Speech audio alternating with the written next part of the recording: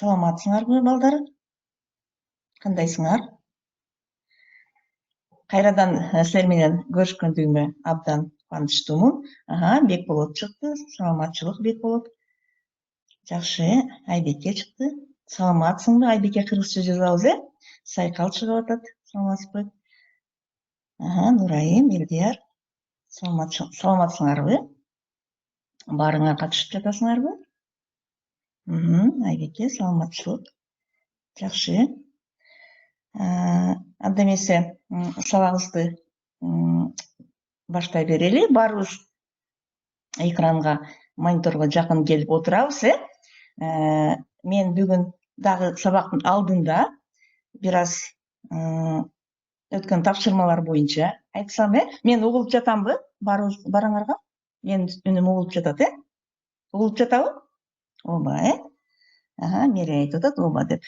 Демек, сабакты баштаардын алдында мен бир аз үй тапшырмалары боюнча айтсам, үй тапшырмаларда азаматтар көпчүлүк баарыңар эле активдүү катышып, Я класска чыктыңар. Алардын канча балл алганыңарды өзүңөр көрүп жатасыңар, баарыңар. Ал эми электрондук поштага жөнөткөн боюнча дагы мен кайсы каталарды кетиргениңерди, кемчиликтериңерди көрсөтүп жөнөтүп жатамын, Ошентип уланта беребиз. Мен журналга бааңарды коем. Бирок мен азыр бир аз силердин тартиби боюнча сүйлөшүп алайын деп жатам. Балдар, мугалимдер ар дайым бул жерде көрүп турабыз, кимдин чыгып жатканын, ким сабакка конкой болуп жооп берип жатат, ким өзүнчө сүйлөшүп жатат. Ребята, вы, наверное, все знаете, что мы здесь отмечаем у себя, кто по теме отвечает, а кто-то другие вопросы, проблемы решает. Свои проблемы, свои личные проблемы вы решаете по другой сети, связи. Ошондуктан я тут отметила некоторые, оказывается, нехорошие, ученики, так скажем, которые сюда пишут, это особенно из 5 Б класса. Вы, наверное, не хотите, чтобы родители опозорились из-за вас, Поэтому не мешайте, ребята, вести урок и внимательно работаем, слушаем. Анда эмесе сабакты баштасак,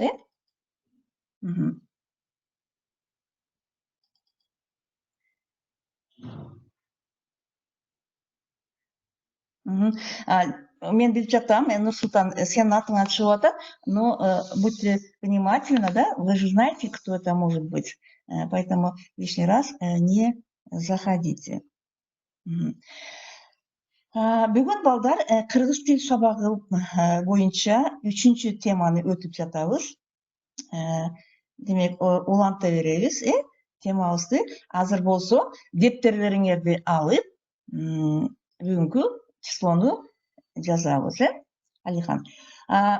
Мен үй тапшырмаларды дагы бир жолу айта кетсем, ким сызыкча эмес дептерге жөнөткөндөрдү кабыл албай жатам, ребята. Я еще раз повторяю, если вы отправляете домашнее задание в тетрадь с клеткой, я не буду принимать, поэтому аккуратно пишите в линеечку, Некоторые девочки уже показали себя, что аккуратные. Я буду говорить. 9 сентябрь жазабыз, класс иши, бүгүн шаршемби күн. Лексикалык темабыз. Силер албетте лексикалык тема деп жазсаңар болот, Менин атым мага жагат. Демек, үй бүлө деген темада бүгүн биз өзүбүздүн атыбыз жөнүндө жазат экенбиз, үйрөнөт экенбиз. Грамматикалык тема энчилүү жана жалпы аттар. Теманы жазып койдуңарбы? Жазып койдуңар, Менин атым мага жагат жана энчилүү жана жалпы аттар деген 2 теманы өтөбүз. Андан ары улантабыз. Демек, сабактын максаты кадимкидей эле. Алихан, жазбасаң YouTube'га чыкканда жазып аласың, үлгүрөбүз. Сабактын максаты боюнча айтсам, адам, жер, суу, географиялык аттарды туура жазганга, текст түзгөнгө үйрөнөбүз.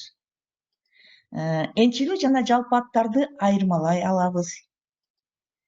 Өз оюбузду туура айтканга, жазганга үйрөнөбүз,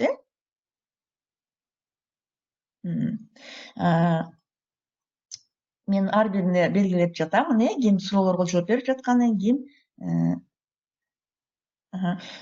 сабакты YouTube каналынан 5 Газпром школа Кыргызстан 5 класс десеңер чыгат ошол жерден. Макулбу? Бир аз кайталап алалы. Алихан, мурдагы сабакта, өткөн сабактагыдай эле бир жолудан гана киресиңер. Не надо засорять трафик, да? По второму разу не будете заходить, только по одному разу. Демек, дагы бир жолу кайталайбыз. Здесь обратите внимание, многие, оказывается, когда меня отправляли, древо, да, генеалогическое древо, там писали просто ата, апа, джине. То есть вы, оказывается, пока не знаете, я бы не сказала, не знаете, просто не обратили внимания. То есть джезде, джене – это обобщенные слова, да, общие, через окончание передаются, да, в кыргызском языке. Дженем, джездем, атам. А некоторые просто написали ата, апа, эже, джезде. Поэтому обратите внимание. Демек, туура чыгып атат, эжеңдин күйөөсү, джездем менен байкеңдин аялы жеңем, жеңем, туура. Ким чыкса, азыр мен көз сөзүнө ойдум азыр атаңарда. Кийинкиси, атаңдын аялы сага ким болот?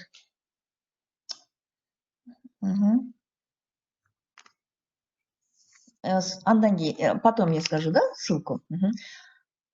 Нурайым, апам деп жазды туура. Байкеңдин атасы сага ким болот? Агам болот, Алия туура түшүнүптүр. Бирден жооп берип атасыңар, экиден жооп берсеңер дагы болот, Апам деп, бул тамашалуу болчу. Үчүнчүсү, это вы уже написали, да? Мы повторением занимаемся сейчас, да? Атаңдын чоң баласы сага ким болот? Я просто хочу узнать, вы хорошо знаете, да? Можете говорить. Атаңдын чоң баласы сага ким болот? Апаңдын кичүү кызы сага ким болот? Сайкал байке эмес, байкем деп айттым, Алия туура айтты. Писать. Байкем. Не байке. Байке это общий, да? Мы будем говорить вот чужому байке. А байкем это мой. Бирден гана чыгабыз, Элдияр Азамат. Байкем. Апаңдын кичүү кызы сага ким болот? Апаңдын кичүү кызы. Сиңдим деп Алия туура айтты, Азамат. Калганыбыз дагы. Кичүү кызы сага сиңдим болот. Апаңдын сиңдиси сага ким болот? Апаңдын сиңдиси. Бул жерде туура бирөө карындашым деп айтып атат. Сиңдим деген кыздар айтат. Эркектер карындашым деп туура айтат, Апаңдын сиңдиси сага ким болот? Апаңдын сиңдиси. Жок, апаң жактан, Алия. Апаң жактан. Атаң жактан эжең болот, Өзүңдүн эжең. Жок, Адел туура эмес. Апаңдын сиңдиси сага ким болот? Жок, унутуп калдыңарбы? Апаң жактан. Ул Азамат, тайэжем деп чыга башташты, Нурайым, Азамат, тайэжем болот. Жок, абижең деген атаң жактан болот. Тайэжем болот, Даниэл. Атаңдын иниси сага ким болот? Эми атаңдын иниси сага ким болот? Иниси. Мере, кийинки суроого өттүк. Атаңдын иниси сага ким болот? Агам болот. Жок. Жок, байкем болбойт, атаңдын иниси. Байкем бул өзүңдүн бир тууганың болот, Агам болот, туура айтат, же болбосо абам болот, Абам, акем, агам болот. Азаматтар ким чыкса, агам болот, Жакшы, мен өзүмө белгилеп алдым, активдүү катышкан балдар, кыздарды. Эми жаңы темага өтсөк. Жаңы тема жаздыкпы, дептериңерге? Энчилүү жана жалпы аттар. собственные и нарицательные имена да, писать в тетрадь свою. Сейчас он отырып қойдым, Демек, вы, наверное, уже проходили по русскому языку, да, искусство, как пишутся собственные имена существительные и нарицательные. Точно так же, да, в кыргызском языке есть энчилүү жана жалпы аттар. Энчилүү аттар чоң тамга менен, баш тамга менен жазылат, жана жалпы аттар кичинекей тамга менен жазылат. Аны эми билебиз. Азыр бул сөздөрдү жазабыз дептерибизге. Мы сейчас немножко повторим лексику, да? Ким билсе, кто знает, сюда пишите перевод, да? Дарья, кто знает, Дарья. Дарья деген, как переводится? Дарья, Данил. Дарья деген. Ага. Алия, Азамат. Билет экен, колу. Кол деген билет. Кол. Колу. Угу. Кто уже написал, остальные не надо писать, потому что вы уже знаете, видели, да? Ага. Ахат биринчи чыкты, рука дейт, колу. Суу сактагыч дегенди ким жазып атат? Суу сактагыч. Билбейсиңерби? Суу сактагыч. Ага, Бекболот бир аз окшоштуруптур. Токою. Ага. Токою. Жакшы. Лес. Элдан Азамат. Лес, дес деп жазып койсуң. Ирим дегенди ким уккан? Ирим. Лес, леса, ирим. Ирим дегенди. Бүттү, ахат кийинки сөзгө өттүк. Ирим. Ирим дегенди билбейт экенбиз, Жеги дегенди. Жеги. Жек, жеги дегенди уктуңар беле? Вы заодно в тетрадь тоже пишите. Жеги дегенди Элдан билет экен. Азамат, Берек деп жазып атат, Пайдалуу дегенди ким билет? Пайдалуу дегенди, Нурайым, Азамат. Пайдалуу дегенди ким билет? Пайдалуу, полезный. Азамат, аман. Эми кимдер билбегендерге дагы бир жолу көрсөтүп коеюн, Суу сактагыч водохранилище, Токой лес, Ирим кружок. Кружок, туура эмес кетип калды, Так, Жеги Берек деп айттыңар, пайдалуу, полезный деп айттыңар, Сууда сүзүү дегенди ким билет? Сууда сүзүү дегенди. Сууда сүзүү. Даниэл, кийинки сөзгө өттүк. Сууда сүзүү. Плавать. Туура. Машык. Машык деген тренироваться деген, Танда. Танда деген выбирай, туура. Спорт менен машык деген? Муну дагы билесиңер, Спорт менен машык деген? Спорт менен машыгуу. Тренироваться спортом, Азамат Бекболот. Футбол менен машыгуу? Бул дагы белгилүү. Демек, бул сөздөрдү биз жатташыбыз керек, которые не знаете особенно, да? Жакшы. Дарья дегенди ким билбесе жазып алсын. Значит, мы сегодня будем использовать эти слова на уроке. Ахаттын атынан бирөө чыгып алды. Эми таанышып алалы деген темага өтсөк, Демек, таанышып алганда эмне деп айтабыз? Саламдашкандан кийин ким жазып коет? Кантип таанышабыз?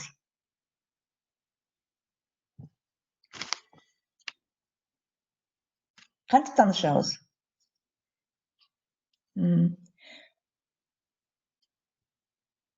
Азамат, аман. Мен азыр минус коюп атам, кто там спамом или вообще лишние слова пишет, да? Атың ким? Сенин атың ким деп жазып атат. Азаматтар ким билсе, бул жеңил суроолор, Саламатсыңбы деп туруп, анан сенин атың ким деп айтат, Анан кантип жооп беребиз? Атың, окончание, на окончание обратите. Сенин атың ким? Как отвечаем? Менин атым деп жооп берет экенбиз,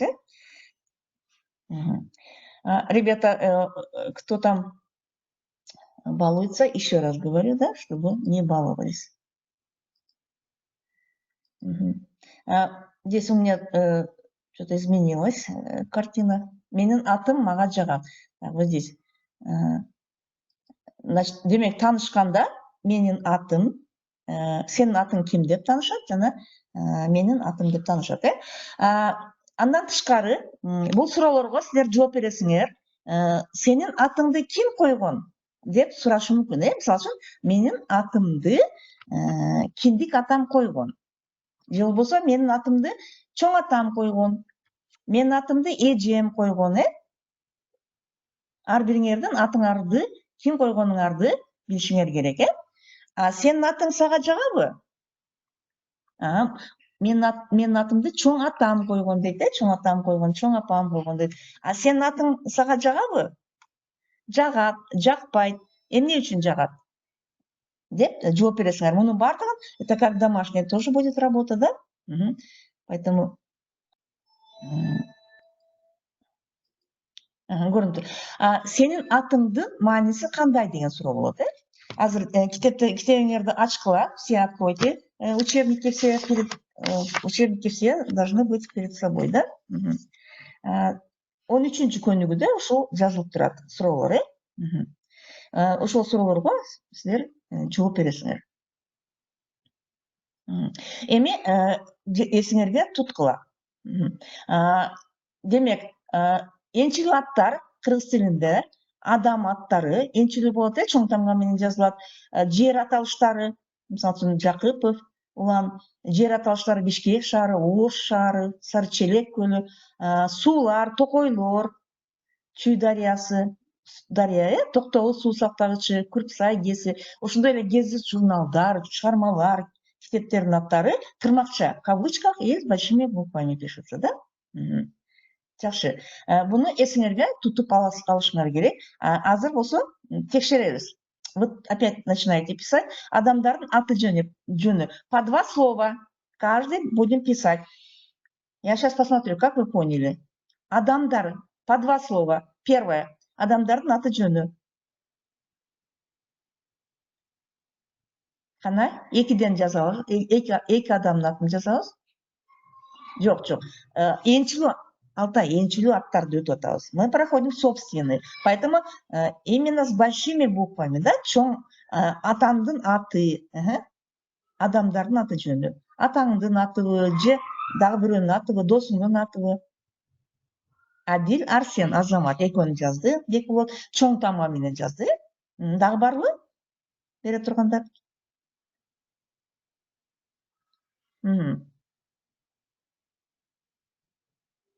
Туура эмес чыгып койдуң. Атай дагы чыкты, жакшы. Барбы дагы? Алия чыкты. Экиден. Түшүндүк, Эми шаарлардын аташы боюнча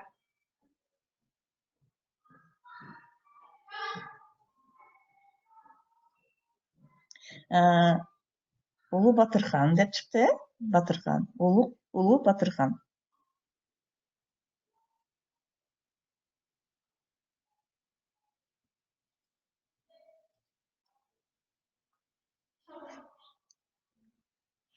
Шаарлардын аташы Бишкек, Ош сайкал чыгып атат. Экиден айтабыз, Бишкек шаары, Нарын шаары, чоң тамга.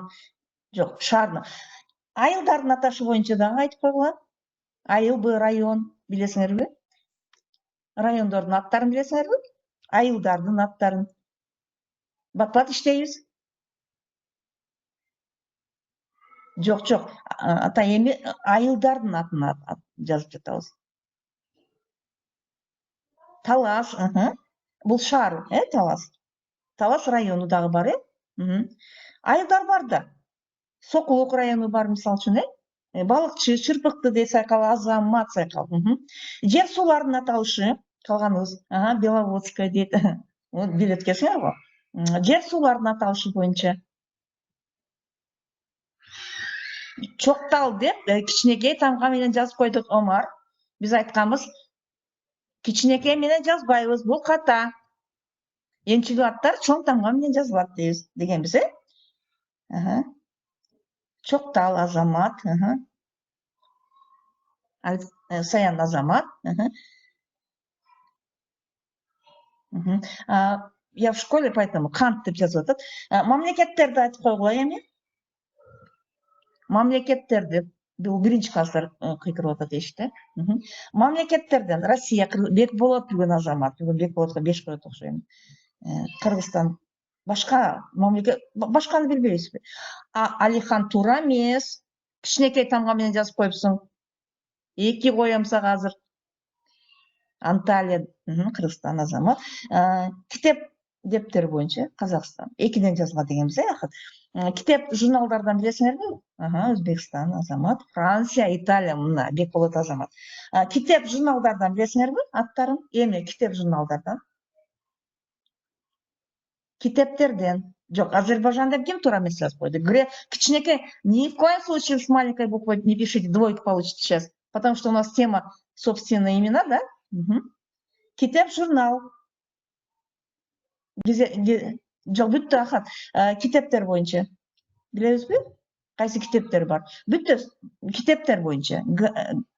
Гезит журналдар боюнча. Аттары. Чоң тамга. Русская литература с большой, да? В кавычках пишется, да?